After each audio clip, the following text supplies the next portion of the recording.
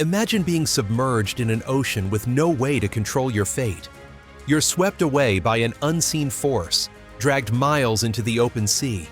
No land, no hope, just the vast, unforgiving ocean around you. This wasn't a movie scene, but the terrifying reality for 7 female divers on a holiday trip. On one fateful day, an unexpected and violent storm coupled with a powerful downcurrent turned a simple dive into a fight for survival. What started as an exciting adventure quickly morphed into a tragic ordeal that would claim the lives of 2 divers and forever alter the lives of the survivors. This is the Crystal Bay disaster, a story of nature's raw power, human perseverance, and the harsh consequences of underestimating the sea's might. On February 14, 2014, a group of 7 Japanese women set out on a diving expedition off the coast of Nusa Penida, Indonesia, in the famed Crystal Bay. The divers, consisting of 5 tourists and 2 experienced Japanese instructors, had no idea that this day would end in tragedy. After completing 2 dives that morning, the group embarked on a 3rd dive in the afternoon. Crystal Bay, known for its stunning marine life, was about to show them a side that had claimed lives before. As the day wore on, the weather turned, and the sea's unpredictability became a force they couldn't escape. The disaster began when the divers surfaced from the 3rd dive only to find that their boat had disappeared. Within moments, a storm hit, and the divers were sucked into a powerful downcurrent, swept miles away from their starting point. While they fought desperately to stay together, it was a battle against forces beyond their control. Over the next 3 days, they fought not just the ocean, but their own survival instincts. Crystal Bay, part of the Coral Triangle, is both a diver's paradise and a deadly trap. The area is famed for its abundant marine life, clear waters, and vibrant coral reefs. But lurking beneath the surface are dangerous currents that can quickly become lethal. The underwater landscape here is uniquely challenging steep drop-offs, strong tidal currents, and the confluence of 2 major water bodies create an unpredictable diving environment. The bay sits near the Lombok Strait, a major channel for the Indonesian through-flow. And this region's thermocline, where warm surface water meets cooler, denser water below, often causes sudden, drastic shifts in water density. When these shifts occur, the denser surface water sinks rapidly, creating powerful downcurrents that can pull even the most experienced divers deep into the ocean with no warning. These currents are infamous for their speed and intensity, making it nearly impossible to escape once you're caught in them. Though experienced divers flock to the area for its beauty, they're often unaware of how dangerous these currents can be, and how easily they can overpower divers, even seasoned ones who have completed dozens of dives. This was the fate of the 7 divers on that ill-fated day in 2014. The group of 7 had been diving together for most of the day, exploring the colorful coral reefs and mangroves of Nusa Penida. By mid-afternoon, they had completed 2 successful dives and were preparing for their 3rd dive near the northeast side of Nusa Lembongan Island. The dive seemed routine, and the water was calm as they submerged. However, within a short time, everything would change. The divers completed their dive, resurfacing to discover a disturbing reality. Their boat was nowhere in sight. With no boat in sight and no clear plan to return to shore, panic began to set in. The divers, led by instructors Shoko Takahashi and Saori Furukawa, tried to signal the boat using a flare gun, but there was no response. The weather, which had been calm just moments before, quickly took a turn for the worse. Dark clouds gathered overhead, and within seconds, a violent storm unleashed its fury on the group. As the storm raged, a downcurrent swept the divers off their feet.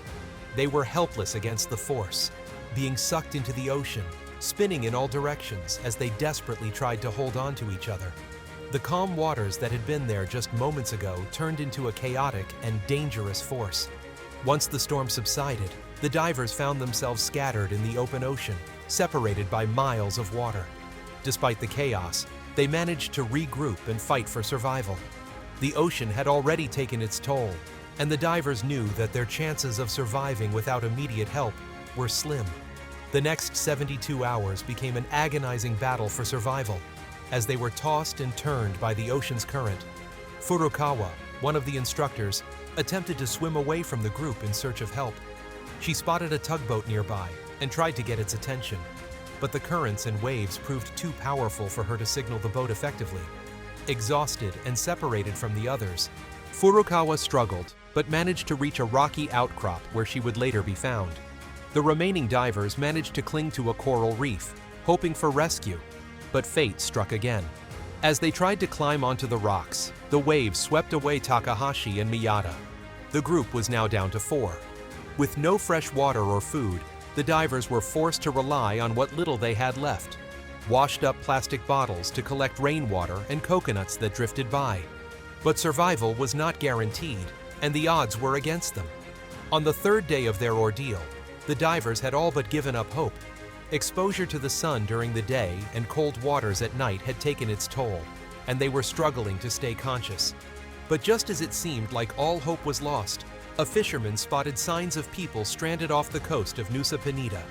He immediately contacted authorities, and a rescue operation was launched. The survivors, weak but alive, were finally located, clinging to a reef about 20 kilometers from their last dive location. Miraculously, the 4 women were still in good health despite their harrowing ordeal. Though they were severely dehydrated and exhausted, the rescuers found Furukawa separately, injured and on a rocky outcrop. She was airlifted by helicopter to receive medical attention for her injuries. While the group was finally safe, the tragedy was far from over. 2 divers, Takahashi and Miyata, were still missing, and the search would continue for days. The survivors shared their experiences, revealing that the boat captain had abandoned them, further complicating the rescue effort. The search for Takahashi and Miyata continued as the remaining divers were treated in a local hospital. Miyata's body was discovered first, floating in the water. It was identified by her wedding ring, a heartbreaking confirmation of the worst fears. Authorities conducted an autopsy, revealing that she had been dead for at least 3 days, likely succumbing to the harsh elements of the ocean. With the discovery of her body, the hunt for Takahashi intensified. Days later, a fisherman in East Java reported finding a decapitated body washed up along the shore. The remains were believed to belong to Takahashi, and though the body was badly decomposed, forensic experts worked tirelessly to confirm the identity. Using DNA testing, they were able to confirm that the body was indeed Takahashi's. As the dust settled, authorities began to piece together the details of what had happened. The survivors recounted the events leading up to the tragedy, revealing that the boat captain had abandoned them after the storm hit. According to their statements, after the 3rd dive, the captain left the area to refuel, leaving the divers stranded without a way to return to safety.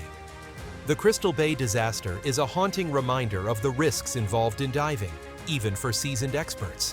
While the survivors showed incredible strength and resilience, the lives lost were a tragic cost of nature's unpredictability and human error. For the surviving divers, this experience changed them forever. Diving in locations like Crystal Bay requires not only skill, but also a deep understanding of the environment and the potential dangers. It's a harsh reality that we must never take our safety for granted in such extreme conditions. If you found this story compelling, make sure to like and subscribe. For more in-depth stories like this, dive into the comments and let us know what you think. Would you still dive in Crystal Bay knowing the risks? Stay safe and remember to respect the ocean.